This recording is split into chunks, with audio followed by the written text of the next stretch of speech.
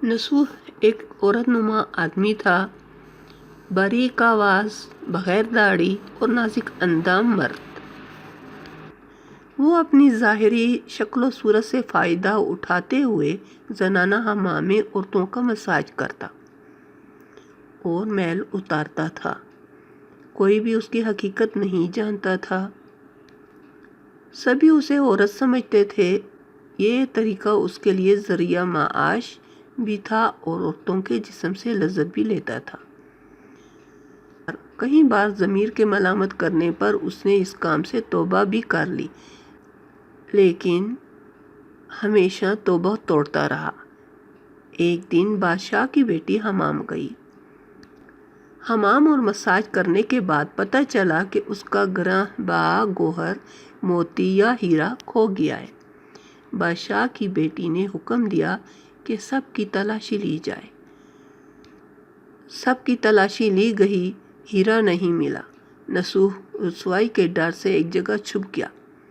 जब उसने देखा कि शहजादी की कनीज़ें उसे ढूंढ रही हैं, तो सच्चे दिल से खुदा को पुकारा और खुदा की बारगाह में दिल से तौबा की और वादा किया कि आइंदा कभी भी ये काम नहीं करूँगा। मेरी लाज रख ले मौला। दुआ मांग ही रहा था कि अचानक बाहर से आवाज़ सुनाई दी कि नसूह को छोड़ दो, हीरा मिल गया है। नसूह नम आंखों से शहजादी से रुखसत लेकर घर आ गया। नसूह ने कुदरत का तमाशा देख लिया था और हमेशा हमेशा के लिए उस काम से तौबा कर ली।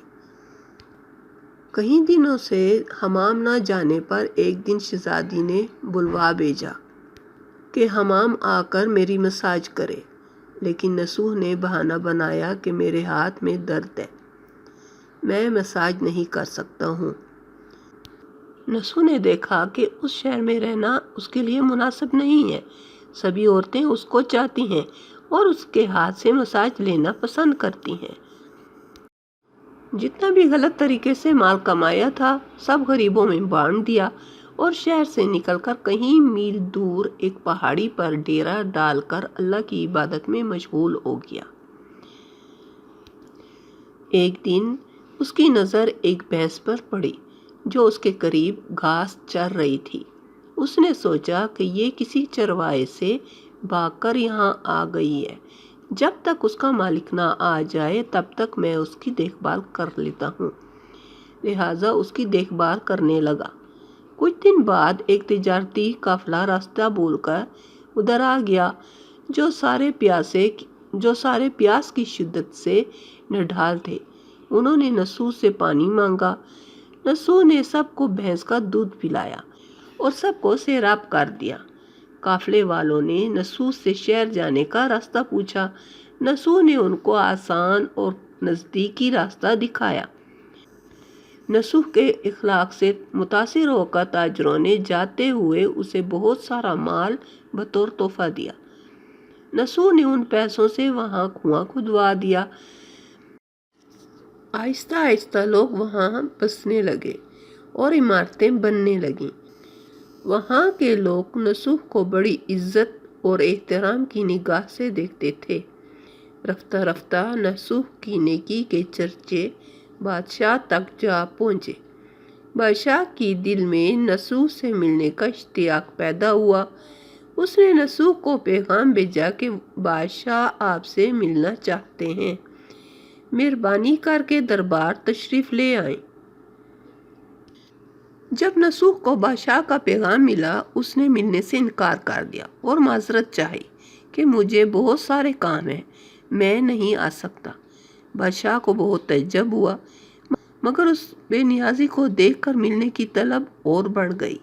बादशाह ने कहा कि अगर नसूह नहीं आ सकते तो हम खुद उसके पास जाएंगे। जब बादशाह नसूह के इलाके में दाखिल हुआ, खुदा की तरफ से मलकुल मौत को हुक्म हुआ कि बादशाह की रूह कब्ज़ कर ले। चूँकि बादशाह बतौर अकीदतमंद नसूह को मिलने आ रहा था और रियाया भी नसूह की खूबियों की गर्विदा थी, इसलिए नसूह को बादशाह के तख्त पर बिठा दिया गया। نصوح نے اپنے ملک میں عدل اور انصاف کا نظام قائم کیا۔ وہی شہزادی جسے عورت کا بیس بدل کر ہاتھ لگاتے ہوئے بھی ڈرتا تھا، اس شہزادی نے نصوح سے شادی کر لی۔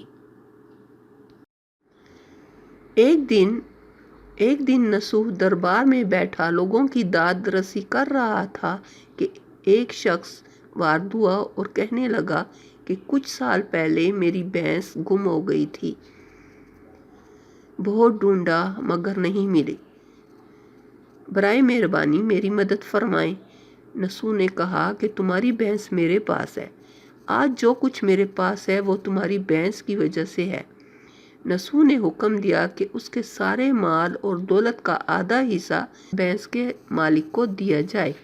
وہ شخص خدا کے حکم سے کہنے لگا، اے نصوح، جان لو نہ میں انسان ہوں اور نہ ہی وہ جانور بھینس ہے، بلکہ ہم دو فرشتے ہیں، تمہارے امتحان کے لیے آئے تھے۔